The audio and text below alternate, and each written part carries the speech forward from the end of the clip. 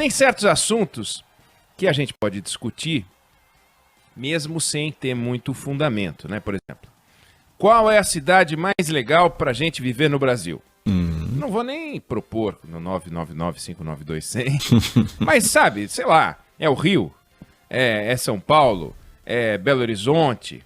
Eu vivi 6 anos em Brasília, adorei viver em Brasília. É Brasília, é Campo Grande, a terra da nossa Lana Canepa, colega de bancada do Jornal da Band. Manaus, Recife, eu também vivi em Recife, adorava principalmente sexta-feira, porque estava pertinho do sábado, aí final de semana no Recife, cheio de opções. Floripa, aliás, falando de Floripa, beijo pro Fábio Veiga, publicitário, pra Dani, amigos queridos, sempre que eu vou pra lá, faz tempo que eu não vou, recebe com carinho especial, ouvintes da Band News no meio do dia, é Floripa. Então, você pode encontrar argumento para escolher a cidade, você pode escolher o critério que você quiser, pode ser objetivo, eu gosto dessa cidade, da minha cidade ou daquela outra cidade, porque o número de bares e restaurantes é maior, menor, a limpeza, o trânsito é mais civilizado, pouco importa, né? Mas são assuntos que não tem muito certo e errado, não dá para você dizer.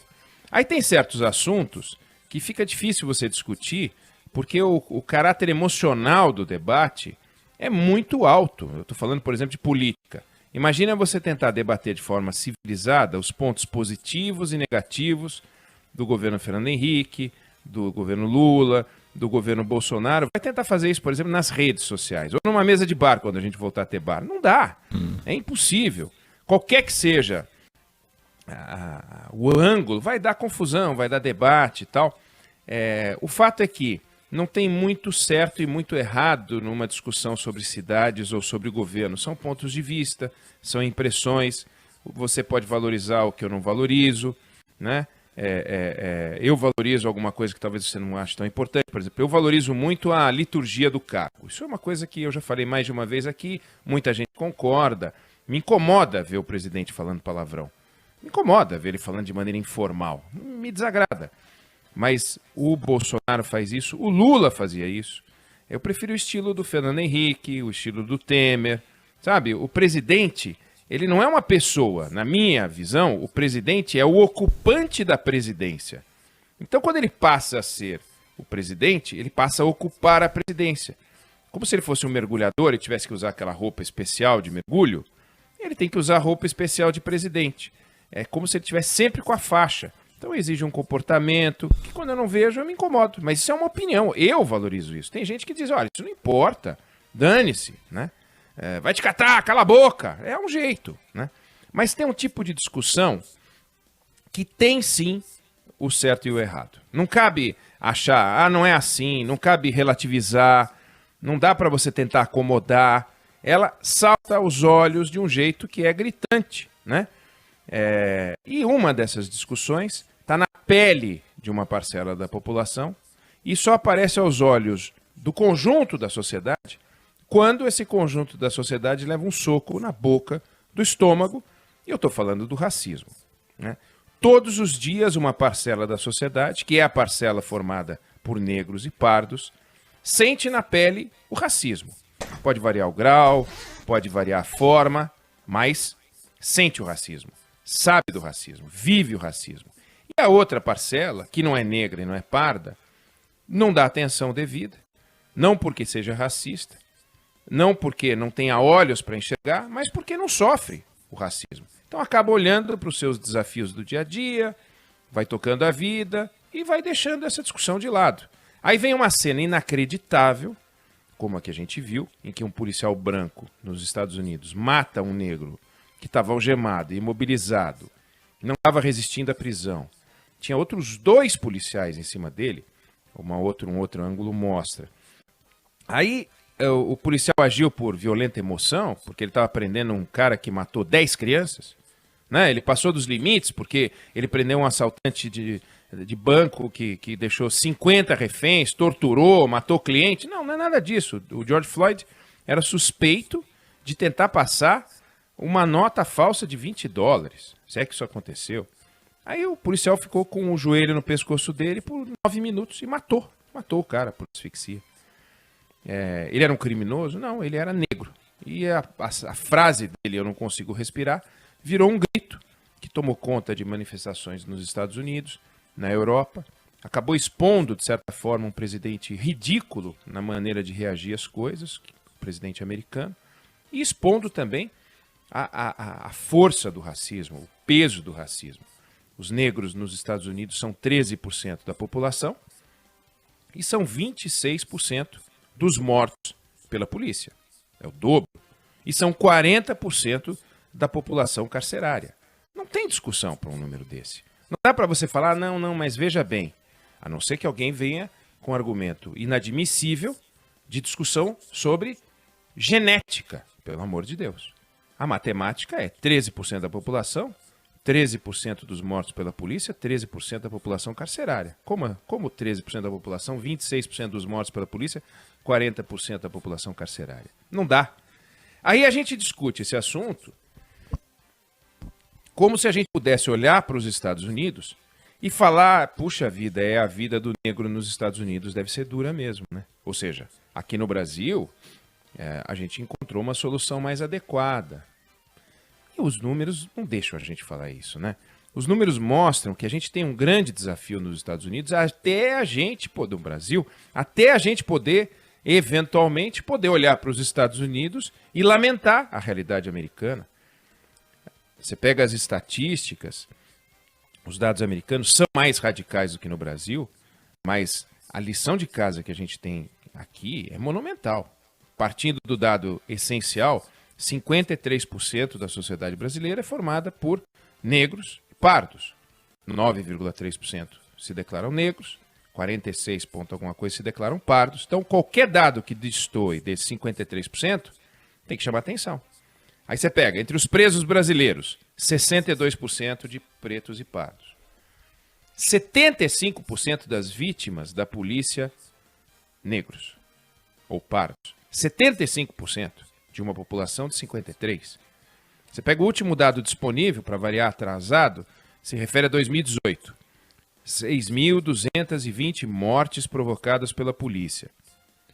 Eram 4.665 negros, 1.550 brancos. Se a gente seguisse a estatística, seria 3.296 negros e pardos. Isso foram 4.665. Então tem 1.369 a mais do que a proporção. Pega entre os 10% mais pobres da população brasileira. 78% de negros. Não é 53%, 78%. Um terço dos brancos não tem instrução ou tem ensino fundamental incompleto. Um terço. No caso dos negros, 50%. Ué, 50%.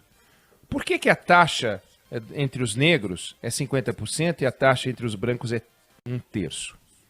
Um quarto da população branca tem ensino superior completo. Um quarto da população branca. Alguém pode dizer não negra.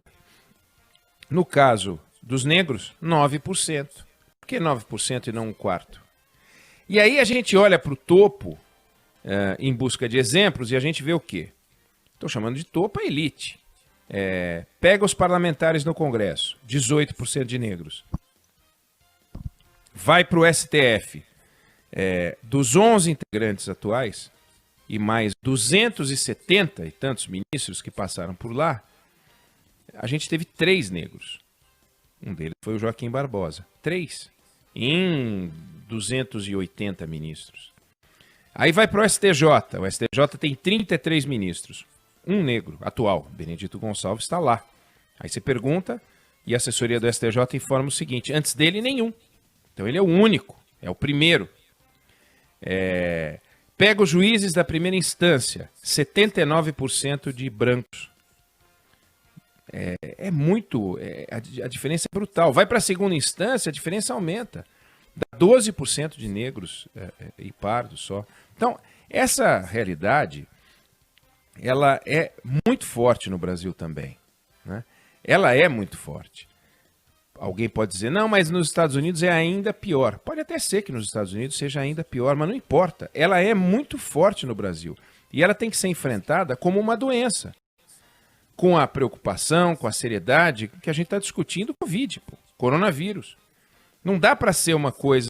é uma questão ali que quando aparece um eu não consigo respirar, a gente fica sem respirar um tempo e dali a pouco a gente volta a respirar normalmente dentro desse ambiente irrespirável. Não.